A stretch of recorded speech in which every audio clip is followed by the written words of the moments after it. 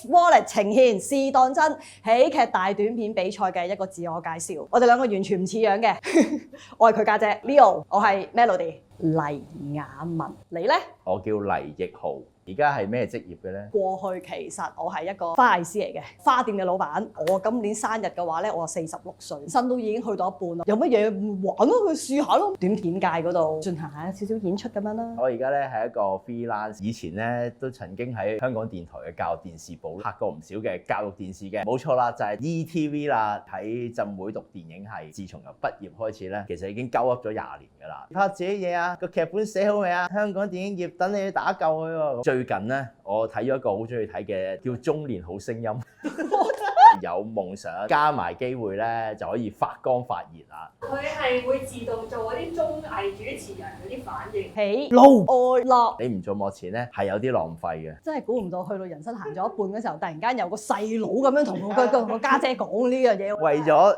入面試，真係咩都講得出啦！即係今次咧，如果俾我去拍咧，我想試下唔抽水、唔自嘲、唔玩 inside joke、冇大波妹，無啦啦個家姐又陪我啲，都係嗰句啦，記住選我哋啊！我哋係老禮大文豪。我用6年換你1晚，完全唔知佢講。係啊，點解係無啦啦6年咧？你唔知咩？